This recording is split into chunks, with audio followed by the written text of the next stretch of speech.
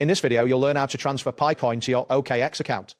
By following these steps, you will successfully obtain your deposit address from OKX and complete the transfer from the Pi app. Start by opening the OKX app on your device. Once the app is open, look for the Assets tab, which is typically located at the bottom of the screen. Tap on Assets to proceed to your asset overview. After accessing the Assets section, locate and tap on the Deposit button.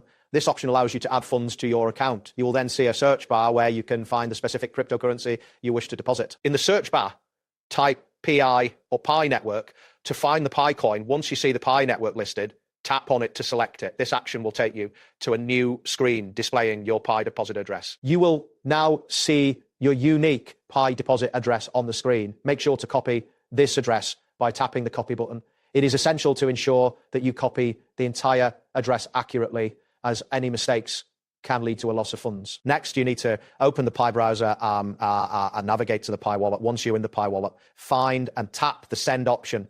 This section allows you to initiate the transfer of Pi coins to your OKX account. In the send section, paste the OKX Pi deposit address that you copied earlier into the designated field. After pasting the address, enter the amount of Pi coins you wish to transfer. Be mindful of the amount you enter, as it should reflect your intentions accurately. Before finalizing the transfer, you will need to confirm it using your Pi passphrase. This step is crucial for ensuring the security of your passphrase.